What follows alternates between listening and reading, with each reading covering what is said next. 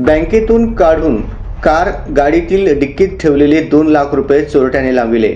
ही घटना गुरुवार दिनांक 28 रोजी सकाळी 11:20 ते 11:40 या दरम्यान कुर्डवाडी बायपास रोड जवळील बंद टोल नाक्याजवळ घडली। फिर्यादी संतोष लक्ष्मण गोरे वय 45 राहणार सापटणे भोवसे तालुका म्हाडा यांनी कुर्डवाडी पोलिसात फिर्याद दाखल केली आहे। पोलिसांनी दिलेली माहिती अशी की ऊस तोड मुकादमाला पैसे देण्यासाठी म्हणून फिर्यादी यांनी बँक ऑफ इंडिया शाखा कुर्डवाडी येथे आपल्या चेकने 2 लाख रुपये काढले। या दरम्यान तोंडावर व गळ्यावर हिरवे, पांढरे व काळे रंगाचे गोल आकाराचे मास्क परिधान केलेल्या अज्ञात व्यक्तीने फिर्यादीच्या पाठीमागे असलेल्या व्यक्तीला पैसे काढवायची पावती लिहून दिली आणि फिर्यादीच्या हालचालींकडे लक्ष देत होता। फिर्यादी कॅशियरने दिलेली 2 लाख रुपयांची रक्कम हातामध्ये घेऊन बँकेसमोर उभा केलेल्या इर्टिगा गाडी MH46 AL 5544 मधील डिक्कीत पासबुक सह 2 लाख रुपये ठेवले। त्यावेळी तोच सदरील अनोळखी इसम फिर्यादीच्या हालचालींकडे लक्ष देत फोनवर कोणाला तर बोलत होता। त्यानंतर फिर्यादी माढा रोडने बायपास रोड जवळील बंद पडलेल्या टोल नाक्याजवळील एका हॉटेल समोर चहा पिण्यासाठी 11:40 दरम्यान गाडी लॉक करून खाली उतरले। चहा पिऊन गाडी जवळ आले असता गाडीच्या डाव्या साईडचा दरवाजा व डिक्की उघडी दिसली।